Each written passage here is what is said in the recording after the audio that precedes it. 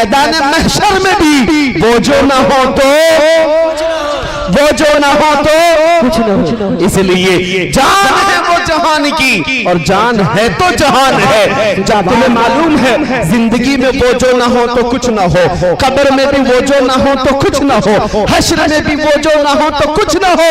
तुम्हें जब ये पता चल गया कि हर चीज की जड़ मेरे मुस्तफा की जात है, तो बरेली के इमाम जो 100 साल से तुम्हें पुकार रहे हैं उनकी बात सुन लो। आज ले उनकी पनाह, आज मदद मांग उनसे, आज ले उनकी पनाह, आज मदद मांग उनसे, कल मानेंगे क़यामत में अगर मान गया। याद रखो मेरे अजीजों, हुजूर पाक सल्लल्लाहु तआला अलैहि वसल्लम को छोड़कर जिंदगी में कुछ नहीं है। सहाबा ताबईन रिज़वानुल्लाहि अलैहिम अजमईन इस अज़मत के पहलू को समझ चुके थे, इसलिए उन्होंने दुनिया को ठोकर मार दी थी। जानते हैं उनके नजदीक किसी भी चीज की अहमियत नहीं थी। आज ये बातें मैं आपको एहसास दिला रहा हूं, जब कभी जरूरत तुम्हारी जिंदगी में आए, मैं हर नौजवान को बेदार करना चाहूंगा इस बात को लेकर, सारे मसले सारे मुद्दे एक जगह रख देना। मेरे मुस्तफा के नाम की इज्जत अलग है, ये मकाम ही अलग है, और अगर तुमने फिक्र किया तो अल्लाह ताला तुम्हारे सारे मसाइल को यूं ही हल फरमाए, सारे मसाइल यूं ही हल हो जाएं। आज लोग बैठक करते हैं, मीटिंगें करते हैं, कॉन्फ्रेंसें हैं, सेमिनार हैं, यानी मुस्लिम मसाइल के हल के लिए, कितने मसाइल के हल के लिए हम सर जोड़कर बैठते हैं।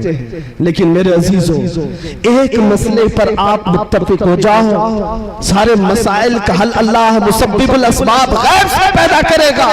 वो एक मसले पर मुत्तफिक होना किस बात पर है कि मोहम्मद से वफातून है, कि मोहम्मद से वफातून है। तो हम तेरे हैं ये जहां चीज है क्या, लौह कलम तेरे, जिंदाबाद, सारी कायनात तुम्हारी तरफ मोड़ दी जाएगी। उनके जो हम गुलाम थे, खल्क के पेशवा रहे, उनसे फिरे जहां फिरा, फिर आई कमी वकार में।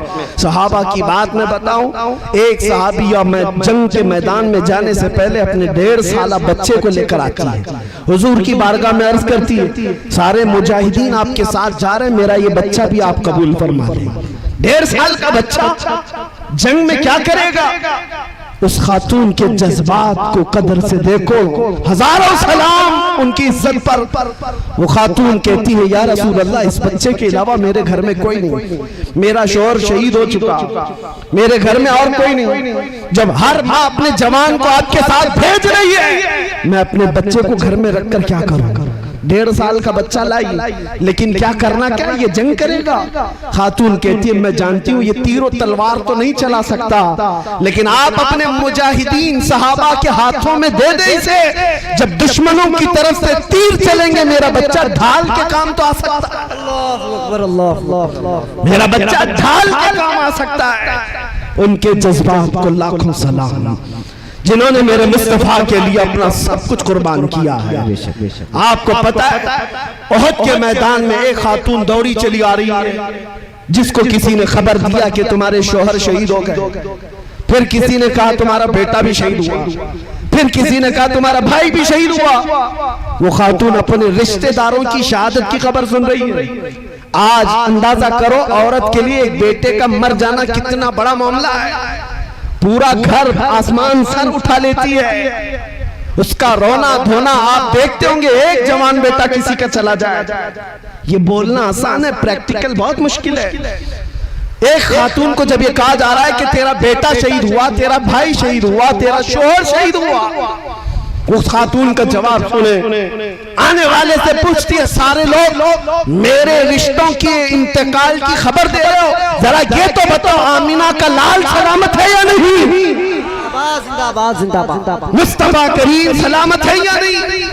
आने वाले ने कहा, ऐ खातून, अल्लाह के रसूल सलामत है। वो खातून अपना आंचल निकालती और कहती है, कुल्लु मुसीबतिन बादक जिललुन या रसूल अल्लाह, ऐ अल्लाह के रसूल, अगर आप सलामत हैं तो हर मुसीबत आसान है, हर मुसीबत छोटी है।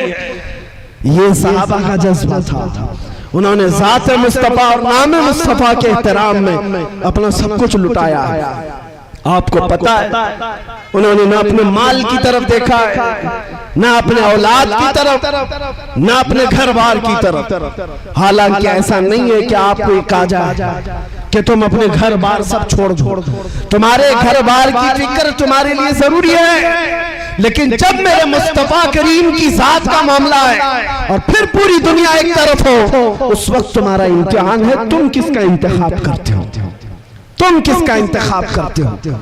इसलिए अभी चंद दिनों पहले एक सियासी आदमी थे बेचारे, तो कह रहे थे मौलाना आप तो तकरीरें बहुत सारे करते हैं, लेकिन इलेक्शन आता है तो आपको पता है मुसलमानों को हम तो इधर से उधर नचा देते हैं, मुसलमानों को नचा देते हैं, सारी पार्टियों में तो जय जय करते हुए आपके लोग घूमते रहते हैं, वो हमें तंज कर रहे हैं, टॉन्ट मार रहे हैं, ताना मार रहे हैं।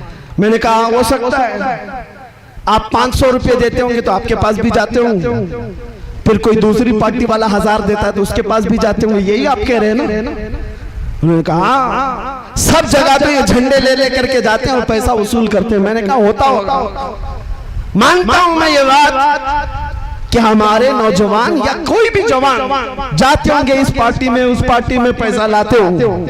मैंने कहा कान खोल करके सुनिए, मुझे ये यकीन है हमारे मुआशरे के मुत्तकी परहेजगार आदमी की बात नहीं करना, एक जाहिल से जाहिल लड़के को भी खड़ा कर देना मेरे से सियासी आदमी से। मैंने कहा आप भी अगर मेरी इस बात से इत्तेफाक रखते हैं तो मेरा साथ देंगे इंशाअल्लाह। उनसे मैंने यही कहा होता होगा 500 1000 में इधर उधर दर बदलूपन, लेकिन कभी ऐसा करो किसी मोहल्ले से एक आम जवान को लाकर खड़ा करो, जाहिल से जाहिल आदमी। तुम 1 करोड़ रुपए लेकर खड़े रहना, पार्टी की बात मत करना, पार्टी की बात मत करना।